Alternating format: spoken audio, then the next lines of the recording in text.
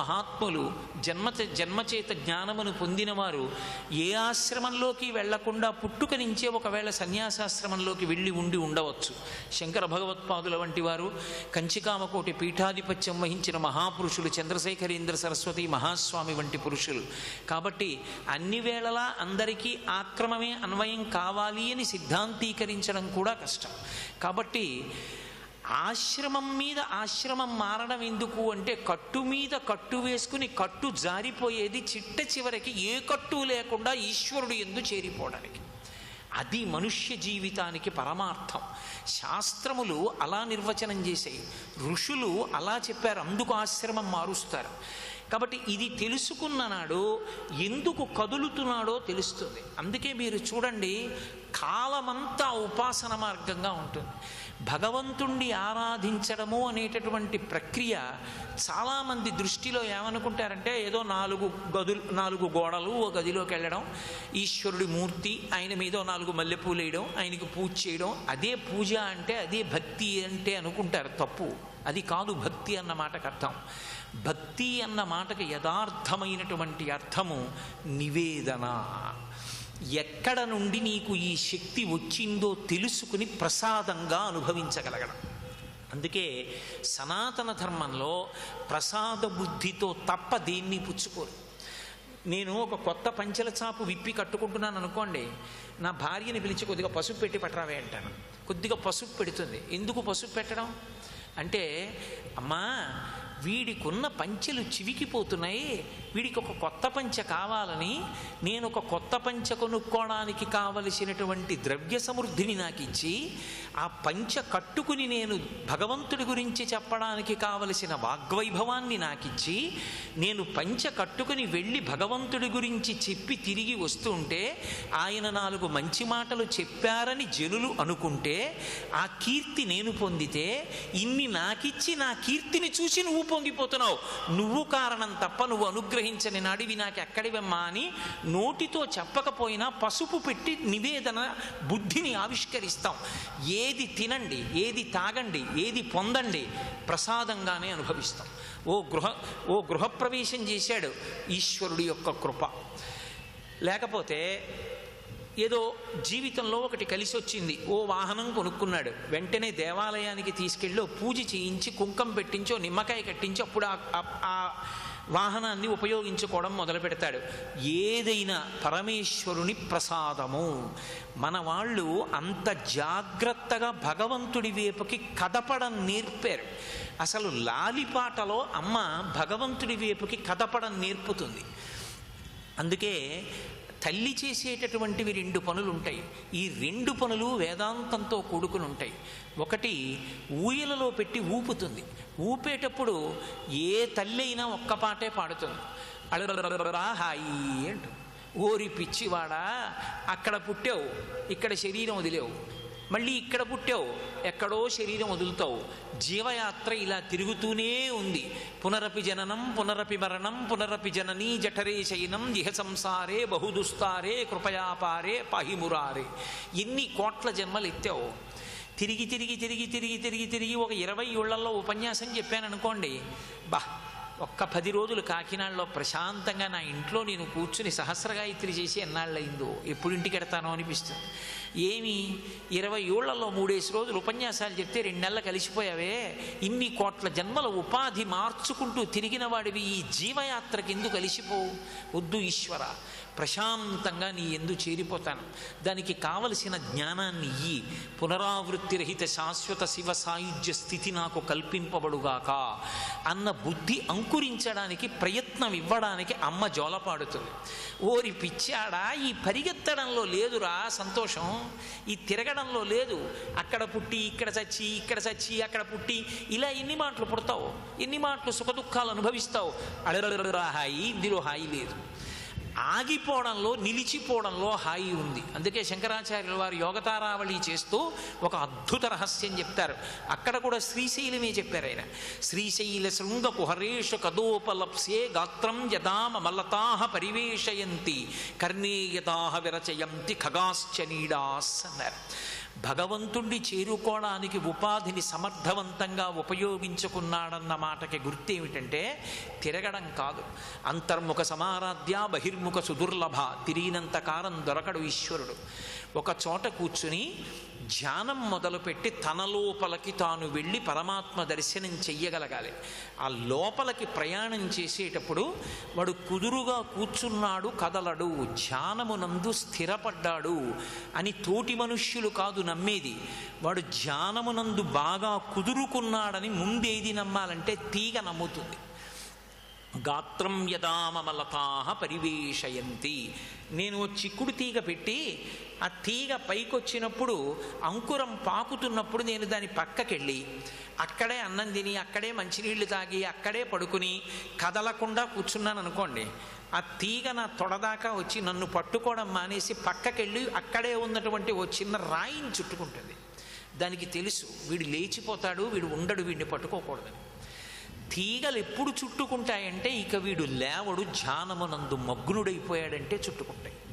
అందుకే మీకు పురాణంలో తపస్సు చెప్తే పుట్టలు పెట్టాయి, చెట్లు పెరిగాయి అంటారు. గాత్రం యదామలతాహ పరివేషయంతి, నా ఒంటిని తీగలు ఎప్పుడు చుట్టుకుంటాయో. ఆ పై స్థాయి కర్ణేయదాహ విరచయంతి ఖగాశ్చ నీడాస్ అన్నారు శంకరులు. తీగలు చుట్టుకుని మట్టి పట్టి పొదలు పెరిగితే చెట్లు అంకురిస్తాయి అందులోంచి. ఆ చెట్ల మీద పక్షులు వాళ్తాయి. ఆ పక్షులకు లక్షణం ఉంటుంది, కన్నం కనబడితే పుల్లలు పెడతాయి.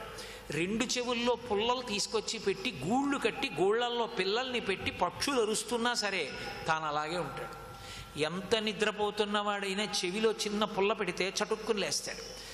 ధ్యానమునందు లయమైపోయాడనడానికి గుర్తు చెవులలో పుల్లలు పెట్టి పక్షులు గూళ్ళు పెట్టి పక్షులు అరుస్తున్నా, అమ్మా నేను బహిర్ముఖుడను అగకుండునుగాక, ఈశ్వరుని యందు లయమగుదునుగాక.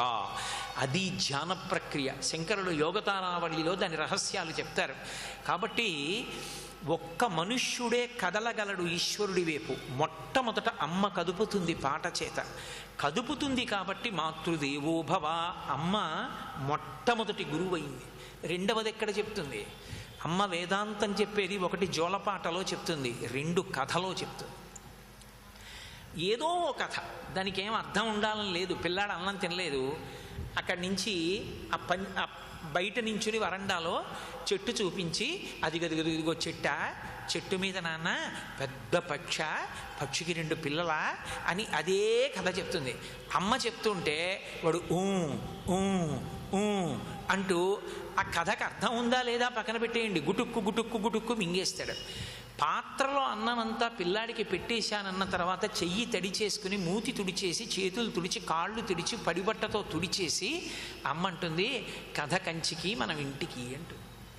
అమంగళకరమైన వాక్కు అనకూడదు కాబట్టి ఆ మాట అంటుంది. ఎన్నోసార్లు నీ కథ అసంపూర్తయిపోయింది, నీ జీవుడు మళ్ళీ పుట్టాడు ఇంకో శరీరంతో, ఇక ఈసారి నీ కథ మళ్ళీ ఇంకొక శరీరంలో పుట్టి నీ జీవయాత్ర కొనసాగకూడదు. కథ కంచికి, నీవీసారి కామాక్షిని చేరిపోవాలి, మనం ఇంటికి. కానీ నువ్వు కొడుకువి, అంత మాట నేను నోటితో అనలేను, దా ఇంటికి వెళ్ళిపోదాం అంటుంది. అంటే అమ్మ రెండిటి చేత వేదాంతం చెప్తుంది. ఇది వాడికి అర్థమైందా లేదా అన్నది కాదు, తాను చెప్పిన కథ చేత, లోపల ఆర్తి చేత అమ్మ పెట్టిన అన్నంలోంచి వేదాంతం సప్తధాతువుల్లోకి వెళ్ళాలి. అందుకు ఆమె మాతృదేవోభవ. వెళ్ళినటువంటి వాడి కదలిక ఆలోచనలోకి వెళ్ళాలి. అరే ఈశ్వరుడు అన్నవాడొకడు ఉన్నాడు కదా. మీరు చూడండి, ఎక్కడైనా ఒక ప్రాంగణాన్ని బట్టి యజమానిని అడుగుతారు. నేను అలా వెళ్ళిపోతుంటే అద్భుతమైన భవనం కనపడింది అనుకోండి, అబ్బా ఎంత బాగుందండి, ఎవరిదండి భవనం అని అడుగుతాను. ఒక భవనాన్ని చూస్తే యజమానిని అడుగుతాం. విశ్వాన్ని చూసినప్పుడు విశ్వనాథుడు ఎవరో అడగాలి కదూ. ఏ పరమేశ్వరుడు ఇంత గొప్ప సృష్టి చేశాడు? నేను ఎన్నో గీతలు గీశాను, తడి తగిలితే గీతలన్నీ చెరిగిపోయాయి. ఏనాడు నా పసితనంలో నేను పుట్టినప్పుడున్న ఈ చేతిలో గీతలు, ఎన్నిసార్లు చేతులు కడుక్కున్నానో ఆ గీతలు అలాగే ఉండిపోయాయి. ఏ మహాశిల్పి ఏ ఉలితో గీసిన గీతలు ఈ గీతలు? ఏ మహాశిల్పి ఇన్ని కోట్ల మంది మనుష్యులకి ఒకే ముఖంలో 2 కళ్ళు, 2 చెవులు, 2 ముక్కులు, 2 ముక్కు కన్నాలు, ఒక నోటి కన్నం పెట్టినప్పుడు 9 రంధ్రములతో 10 వాయువులతో తన శాసనం అయ్యే వరకు బయటికి వెళ్లకుండా నిలబెడుతున్నాడు. అసలు 11 రంధ్రములు, 2 కంటి రంధ్రములు, 2 ముక్కు రంధ్రములు, 2 చెవి రంధ్రములు, 6 నోరు, 7 మలద్వారం 8, మూత్రద్వారము 9, నాభి 10, బ్రహ్మరంధ్రము 11. కానీ ఒకటి ప్రవేశద్వారము, ఒకటి నిష్క్రమణ ద్వారము ఉంది వేదాంతం. ఒకటి జీవుడు లోపల పోషింపబడడానికి పెట్టాడు ఆ ద్వారాన్ని. నాభిగొట్టం ద్వారా అమ్మ తిన్న అన్నం అందుతుంది, బయటికి వచ్చాక కోసేస్తారు, ఆ రంధ్రం మూసుకుపోవాలి. ఇంకొకటి బయటికి వెళ్ళిపోయేటప్పుడు తెరుచుకోవాలి. ఈ ద్వారం తెరుచుకుని బయటికి వెళ్ళాలి. ఈ ద్వారం తెరుచుకుని బయటికి వెళ్ళాడు అంటే మనుష్య జన్మ యొక్క ప్రయోజనాన్ని తెలుసుకుని సాధన చేశాడని గుర్తు.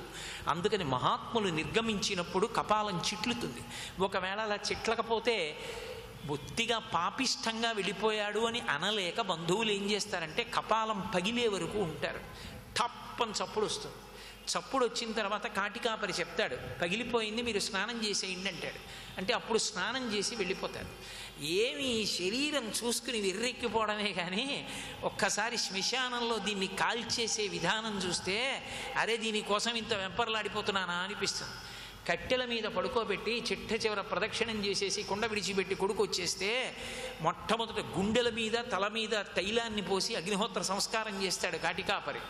పైన కాలిపోతుంటుంది, వివర్ణమై కాలిపోతుంటే కట్టెలో ఉన్న నీరు ఉబికి ఉబికి వెనక్కి ఎలా వెడుతుందో అలా కట్టెల మించి ముందుకు విరాలాడుతున్నటువంటి కాళ్ళలోకి రక్తం అంతా నీటిగా మారి బుడగలుగా తన్నుకొస్తూ ఉంటుంది. చిట్ట చివర పెద్ద పటకార లాంటిది ఒకటి తీసుకొచ్చి దాని ఊచతోటి 2 కాళ్ళు ఎత్తి ఇలా పైకి పడేస్తే పాదాలు తల మీదకు పడిపోయి ఆఖరణ దగ్ధమైపోతాయి. తల పగిలిపోయేంత వరకు కాళ్ళు కాల్చడం. ఈ పాటి దానికి ఇన్ని అల్లరి తిరుగుళ్ళు తిరిగానా?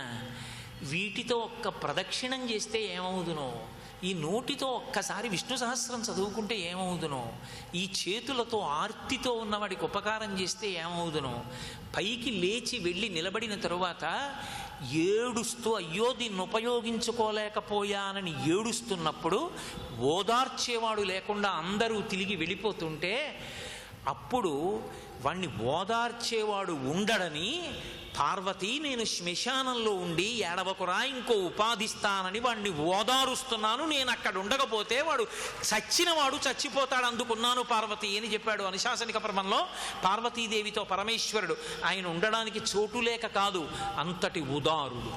కాబట్టి అందుకే శంకరులు అంటారు నళినీదళగత జలమతి తరళం తత్వజీవితమతి చయచపలం విద్ధిర్వ్యధ్యభిమానగ్రస్తం లోకం శోకచ హంత సమస్తం అంటారు. ఉన్న 3 రోజులు అక్కర్లేని అభిమానాలతో అర్థం లేని పనులతో జీవితం వ్యర్థమైపోయింది. ఒక్కసారి వెళ్ళిపోయాడా ఇంకంతే. కాయము వీడి జీవుడతి అతి కంపిత చిత్తత నీగుచుండ ఓ నాయనయంచు ఎచ్చు నిజ నందన నందినులైనగాని కందోయిని భస్మముల్ తొలుత దుఃఖమహంబుని సొచ్చు పత్నియున్ కాయము వీడి రారు కదా చేసిన కర్మము పుణ్యము తప్ప శంకరా. ఏమొస్తాయి? వచ్చేదేం ఉండదు. కొడుకు అక్కరవాడికి వస్తాడు. కింవానేన ధనేన వాజికరిభిప్రాప్తేన రజ్యేన కింవా పుత్ర కళత్రమిత్రపశుభిర్దేహేన గేహేన కిం జ్ఞాతైతక్షణ భంగురం సపతిరో చాజ్యం మనోదూరత స్వాత్మార్థం గురువాక్యతో భజ శ్రీపార్వతీ వల్లభం అంటారు శంకర భగవత్పాదులు. అన్నిటికన్నా ముందు రాందేదంటే ఐశ్వర్యం. సంపాదించినటువంటి డబ్బంతా పాస్బుక్లో అంకెలుగా అలాగే ఉంటుంది, ఏహి కన్నీళ్లు పెట్టదు, అక్షరాలు చెరిగిపోవు. కొనుక్కున్న వాహనాలు, ఆఖరికి వాడి ప్యాడి కట్టడానికి తీసుకొచ్చినటువంటి కర్రల్ని కూడా అంత సంతోషంగానూ తీసుకొస్తుంది. భార్య ఏడుస్తూ గుమ్మం వరకు, కొడుకు శ్మశానం వరకు. చేసిన పాపపుణ్యాలు ఏమైనా ఉంటే అవే మూట కట్టుకు జీవుడు వెళ్ళిపోవాలి. ఎవడిని వాడు ఉద్ధరించుకోవాలి. కాబట్టి అంకోలం నిజబీజ సంతతి. భక్తి అన్న మాటకు అర్థం ఏమిటంటే ఆ అంకోల వృక్షము నుండి విడివడి కింద పడిపోయినటువంటి గింజలు తమంత తాము కదిలి ఎగిరి వెళ్ళి చెట్టు యొక్క మ్రానుని పట్టుకున్నట్టు జీవుడు తనంత తాను కదలడం మొదలుపెట్టాలి. ఈశ్వరుడి వైపుకి ప్రయత్నపూర్వకంగా అడుగులు మొదలుపెట్టాలి. ఇలా వేసేటటువంటి అడుగులకు అంకోలం నిజబీజ సంతతి, అక్కడ భక్తి మొదలవుతుంది అన్నారు శంకరాచార్యుల వారు. కానీ అది తడబాటు నడక, పూనిక ఉండదు. కింద పడుతుంటాడు, లేస్తూ ఉంటాడు, కదులుతూ ఉంటాడు. కలిసి వస్తే ఈశ్వరుడు ఉన్నాడంటాడు, కలవకపోతే ఈశ్వరుడు లేడంటాడు. ఒక్కొక్కసారి భక్తితో ఉంటాడు, ఒక్కొక్కసారి భక్తి పోతుంది, ఒక్కొక్కసారి అమ్మో జాగ్రత్తగా అనుష్ఠించాలంటాడు, ఒక్కొక్కసారి ఏముంది పర్వాలేదంటూ ఉంటాడు. రకరకాలుగా ఉంటుంది. చివరికి రానివ్వండి, పోనివ్వండి, ఈశ్వరుడు నాకుంటే చాలంటాడు. అది బాగా పాకంలోకి పడాలి. నిన్ను సేవింపగ నాపదల్పడమని నిత్యోత్సవం బబ్బని జనమాతృండనని సంసార మోహంబు పైగనని గ్రహగతులు కుందింపని మేలు వచ్చిన రాణి అవి నాకు భూషణములే శ్రీకాళహస్తీశ్వర అంటాడు ధూర్జటి. ఈశ్వర మిమ్మల్ని సేవించడం వల్ల నాకు కేవలము అన్నీ కలిసి రావాలని నేను అడగట్లేదు. నాకు కావలసింది ఒక్కటే, ఆపదలు రానివ్వండి, గ్రహగతులు కుందించనివ్వండి, 10 మంది పొగడనివ్వండి, 10 మంది తెగడనివ్వండి, మహాత్ముడననివ్వండి, జేలొగ్గనివ్వండి, మూకీభావమునం తిట్టని త్రోయని నీ పాదములు విడిచిపెట్టనటువంటి బుద్ధి నాకు మిగిలితే చాలంటాడు. అది భక్తి, అది పరమభక్తి, అది దృఢపడినటువంటి భక్తి, అది నవనీతం, అది ఈశ్వరుడు తింటాడు. చిలకగా చిలకగా పైకొస్తుంది. ఆ వెన్న కృష్ణుడు తింటుంటాడు. కృష్ణుడు వెన్న తింటాడన్న మాటకు అర్థం అది. కాబట్టి అంకోలం నిజబీజ సంతతి అయస్కాంతో ఫలం సూచిక. అయస్కాంతో ఫలం సూచిక, అయస్కాంతో ఫలం సూచిక అన్న మాటకు అర్థం అయస్కాంతము సూదింటిరాయిని ఆకర్షించినట్లు, లేదా సూదంటురాయికి సూది వెళ్ళి అంటుకున్నట్లు. ఇందులో మీరు ఒకటి గమనించండి. అసలు అది సూదంటురాయి అయితే, అంటే అది అయస్కాంతమైతే అది ఏ వస్తువునైనా తన వైపుకు లాక్కుంటుంది. అది ఇనుమైతే చాలు లాక్కుంటుంది. అది కొయ్యి అయితే లాక్కోదు, ఇనుమైతేనే లాక్కుంటుంది.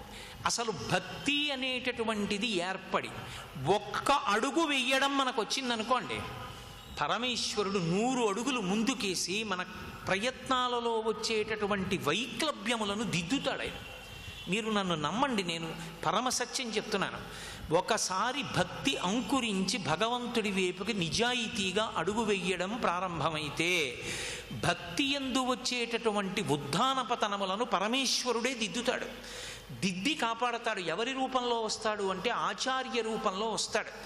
ఆచార్యుడు అన్న మాటకు అర్థం తాను ఆచరించి 10 మందికి చూపించేవాడు నీ ఆచార్య అంటారు. అంతేగాని ఆచార్య అంటే నేను ఇంకొక ఉద్దేశాన్ని మనసులో పెట్టుకునే ఆచార్యులు వారు అంటలేదు. ఆచార్య అంటే శాస్త్రమును తెలుసుకుని తాను అనుష్ఠించి 10 మందికి ఆదర్శమైతే ఆచార్య. భీష్మాచార్యుల వారు తద్దినం పెడుతున్నాడు తండ్రికి. శంతన మహారాజు గారు పొంగిపోయి, ఎంత ధర్మాత్ముడివి పుట్టావురా కొడుగ్గా అని చెయ్యి చాపాడు. కబళం నా చేతిలో పెట్టమని అడిగాడు. భీష్ముడు అన్నాడు, తద్దినం పెడుతున్నది మీకే అవచ్చు, కానీ నాన్న వేదం ఒకటి ఉన్నది, వేదము ప్రమాణముగా పెట్టాలి. వేదము ప్రమాణముగా పెట్టినప్పుడు శరీరం విడిచిపెట్టినటువంటి తండ్రి పితృదేవతా స్థానంలో ఉంటే చేతిలో అన్నం పెట్టకూడదు. మీరు శరీరంతో ఉన్నప్పుడే నేను అలా పెట్టగలను, చేతిలో కానీ నోట్లో కానీ. ఇప్పుడు దర్భల మీద పెడతాను, మీరు తీసుకోండి అన్నాడు. దర్భల మీద పెట్టాడు తప్ప చేతిలో పెట్టలేదు. ఎవడు శాస్త్రమును ఆచరించి చూపించి 10 మందికి మార్గదర్శకుడవుతాడో ఆయన ఆచార్య అంటారు. అందుకే భీష్మాచార్య, కృపాచార్య, ద్రోణాచార్య, శంకరాచార్య ఈ మాటలు రావడానికి కారణం వాళ్ళు అనుష్ఠించి మనకి అనుష్ఠానాన్ని నేర్పారు. ఇలా బ్రతకండి అని చూపించారు.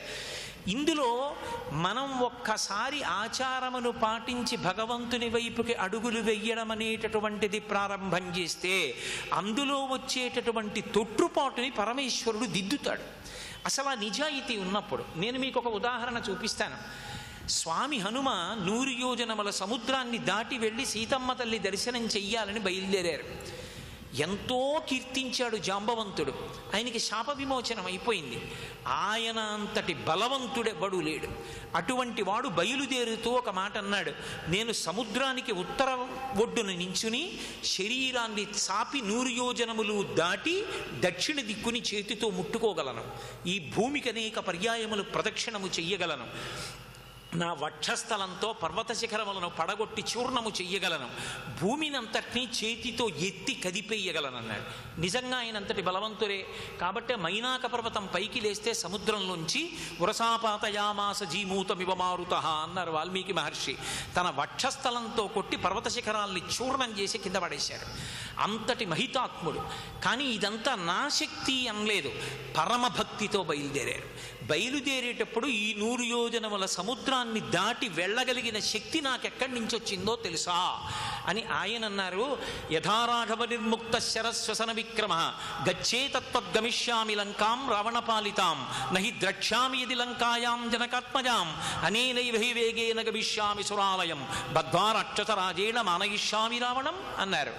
ఈ 100 యోజనముల సముద్రాన్ని దాటి ఆవల ఒడ్డుకు వెళ్ళడానికి కావలసినంత బలం నాకెక్కడి నుంచి వచ్చింది అంటే, మహాకోదండ పండితుడైనటువంటి రామచంద్రమూర్తి తన ఎడంచేత్తో బంగారు కోదండాన్ని పట్టుకుని కుడి చేత్తో అక్షయబాణ తూణీరంలో ఉండేటటువంటి బాణాన్ని పైకి తీసి వింటినారికి సంధించి ఆకర్ణాంతము లాగి విడిచిపెట్టినప్పుడు రామచంద్రమూర్తిలో ఉండేటటువంటి బలం బాణంలో ప్రవేశించి లక్ష్యము మీదకి వెళ్ళి ఎలా పడిపోయి లక్ష్యాన్ని ఛేదించి వెనక్కి వస్తుందో, అలా రామచంద్రమూర్తి యొక్క అనుగ్రహము బలము నా యందు ప్రవేశించడం చేత 100 యోజనముల సముద్రాన్ని దాటుతున్నాను తప్ప ఇది నా బలము కాదన్నారు. ఇప్పుడు అంత భక్తితో బయలుదేరినటువంటి స్వామి యొక్క కార్యమునందు వైక్లభ్యం వచ్చినప్పుడు దిద్దవలసిన వాడు పరమేశ్వరుడే. ఇంత చెప్పి బయలుదేరారు. ఎంత ప్రతిజ్ఞ చేశారంటే, ఒకవేళ లంకాపట్టణంలో నాకు సీతమ్మ కనపడకపోతే అక్కడి నుంచి స్వర్గానికి ఎడతాను, అన్ని లోకములను వెతుకుతపోతే బద్ధ్వా రక్షతరాజేన మానయిష్యామి రావణం. ఈ భుజాదండానికి 10 తలల పురుగు రావణుడు కట్టి తీసుకొచ్చి ప్రశ్రవణ పర్వత శిఖరముల మీద కూర్చున్న రామచంద్రమూర్తి పాదార విందముల యందు పారేసి కృతకృత్యుడనవుతాను సత్యం చెప్పించి అని బయలుదేరినటువంటి హనుమ సుందరకాండలో సీతమ్మ గురించి అన్వేషించి అన్వేషించి అన్వేషించి సీతమ్మ జాడ కనిపెట్టలేకపోయి చతురంగుళమత్రోపి నావకాశస్య విద్యతే రావణంత పురే తస్మిన్ యంకపిర్ నజగాయ సహా అన్నారు.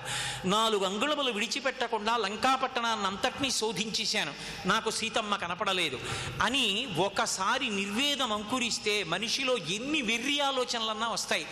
సీతమ్మని బలవంతంగా తీసుకొచ్చేటప్పుడు సముద్రం వంక చూసి కళ్ళు తిరిగి సముద్రంలో పడిపోయిందో, పరపురుషుడు తనని తొడల మీద కూర్చోపెట్టుకుని తీసుకొచ్చాడనే బాధతో ప్రాణాన్ని విడిచిపెట్టిందో, రావణుడు తన పాన్పు చేరలేదన్న ఆగ్రహంతో సీతమ్మని సంహరించాడో, లేకపోతే రాక్షస స్త్రీలని కాపుంచినప్పుడు సీతమ్మని భక్షించాలనేటటువంటి చాపల్యంతో రాక్షస స్త్రీలు ఆమెని సంహరించారో, చిట్ట చివరికి ఎక్కడికి వెళ్ళిపోయిందంటే ఆయన బుద్ధి సీతమ్మ తల్లి కష్టాడు పడలేక రావణాసురుడి కోరికని అంగీకరించిందో అన్నారు. అని మళ్ళీ తనే అనుకున్నారు, మా తల్లి అలా చెయ్యదు, కానీ సీతమ్మ తల్లి నాకు కనపడలేదు, నేను వెనక్కి వెళ్ళి సీతమ్మ తల్లి కనపడలేదన్న మాట రామచంద్రమూర్తికి చెప్తే రాముడు ఉండడు, లక్ష్మణుడు ఉండడు, భరతుడు ఉండడు, శత్రుఘ్నుడు ఉండడు, కౌసల్య సుమిత్ర కైకేయి ఎవ్వరుండడు, సుగ్రీవుడు ఉండడు, వానరులు ఉండరు, 2 వంశములను నాశనం చేసే మాట నేను ఎందుకెళ్ళి చెప్పాలి? హస్తాదానో ముఖాదానో నియతో వృక్షమూలిక వానప్రస్థో గమిష్యామి హెదృష్ట్వా జనకాత్మజాం అన్నారు. నేను అసలు బ్రతకనే బతకను, ఇక్కడే కూర్చుంటాను, చేతిలో పడితే తింటాను, లేకపోతే మానేస్తాను, మృగాలు వచ్చి నన్ను తినేస్తే తినేస్తాయన్నారు. ఆత్మహత్య మహాపాపం. ఎన్ని కష్టాలలో శరీరాన్ని వదలకూడదు. ఈశ్వరుడిది ఇచ్చింది ఎందుకు అంటే పట్టుదలతో సాధన చేసి సాధించగలగాలి ఏదైనా సరే. అందుకే సీతమ్మ అంటుంది, కళ్యాణీబతగాదేయం లౌకికీ ప్రతిభాతిమా ఏతి జీవంతి మానందో నరం వర్ష శతాదపి అంటుంది.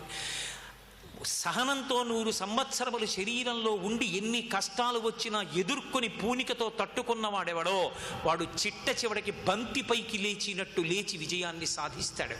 సర్వం శ్రీ ఉమామహేశ్వర పరబ్రహ్మార్పణమస్తు.